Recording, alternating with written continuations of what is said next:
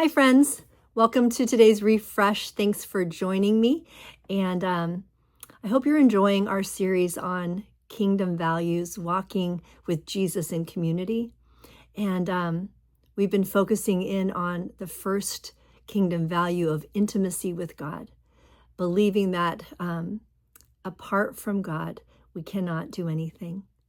How are you doing growing in your intimacy with God? What's one thing you're doing to grow closer to Jesus? That's been the question we've been asking. And the sticky statement is that God's looking for people who walk with a deep relationship with him.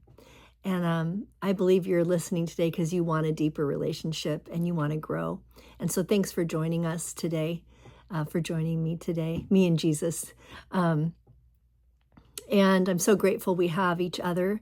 I loved hearing Pastor Seth preach about intimacy with God on Sunday and reminding us of what it means to be in the vine, to be connected to the vine, that Jesus is the vine and we are the branches, and he calls us to produce lasting fruit. And so I saw some fruit in our life group last night from Seth's message. And he talked about how when we talk to people and when we listen to people, sometimes we just hear the first, 20% of what they say, and then we think about what we're going to say back to them. And so we practiced last night in our life group, actually like counting 1, 2, after someone spoke and waiting before we responded and listening a little bit more. And it was hard. And we sometimes ping-ponged back and forth quickly without waiting those 8 seconds. But it's a good practice. And we do need to practice to get better at listening. And also, he talked about unplugging. And so I actually, on Friday, unplugged from my phone for most of the day, which I usually don't do. My husband was grateful about that.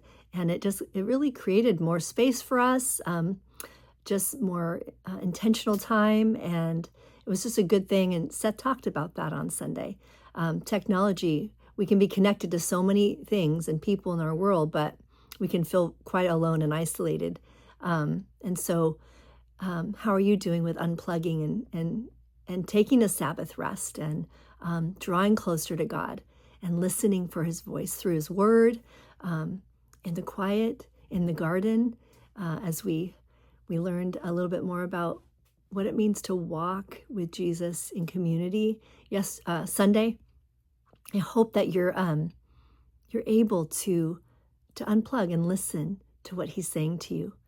He says in John 15:15, he says, "I do not call you servants anymore, because a servant doesn't know what his master is doing.